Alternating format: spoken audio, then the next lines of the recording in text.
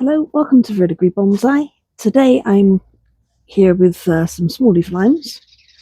If you come to our stall, you will see these. So we have them in training pots that will be nicely finished with akadama, not with the bird protection, and also in nursery pots. I'm talking today about what you can do with them. So they do wire very well, but the wiring tends to soften. So if you want some hard twists, they will hold, but they'll soften a little.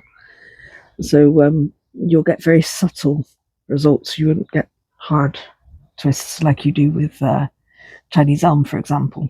You don't have to wire them, of course. In the field maple video, I mentioned clip and grow, which is when you, for example, I could clip this one here at this leaf, and that leaf would then form a branch, and there would be other leaves, and then you chop back at the next first leaf or second leaf to make it go in a different direction. So that's clip and grow. Other things you can do, you can cut the trunk back shorter, which will make the trunk thicker for the length of the tree. So this trunk is very thin because it's long. It will be much thicker by comparison if you cut it back to here. Obviously, you could also thicken the trunk by placing the tree in the ground for a while or in a pond basket. That will help thicken the trunk. But you can control how a tree grows much better. However, if you keep it in a pot, you can control the internode better.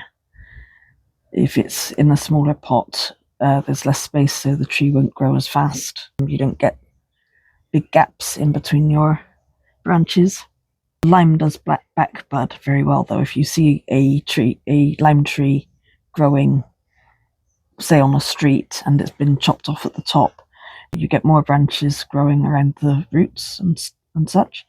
So it does back bud well. Just don't chop off all of the leaves.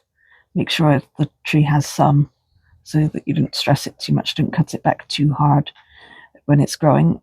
Although on saying that, in the winter, you could cut the tree back much further, and the tree will just sprout again when the energy from the roots start pushing, because the energy will want to go somewhere, so it will send out buds. But you want to do that, as I say, before it starts growing in the spring.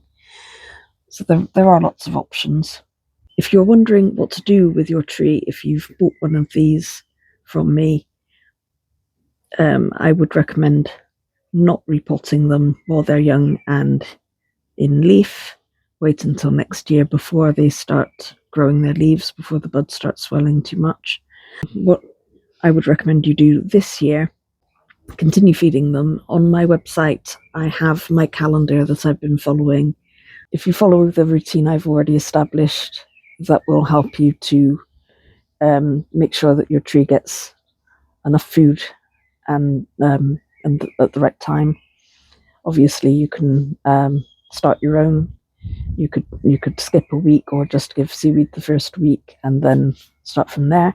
And I would recommend, while you're waiting for them to grow, while you're waiting to be able to put them in a pot of your choosing and really work on them, I would recommend going online and looking for bonsai shapes and styles, and then looking at your tree and deciding what would work best for the tree, what you would like it to be. You have fun. You know, the whole point of free bonsai is definitely to have fun and to learn. You can wire these. You can use clip and grow. You can use you can use the whole tree, or you can decide that you're just going to use parts of it. You can definitely get cuttings from these trees, or air layer. Air layering means you'll have to be a little bit patient, because you'll have to wait for the bit that you're the part that you're taking away to start growing roots before you can cut it off, but it will mean that you get 2 trees for your money.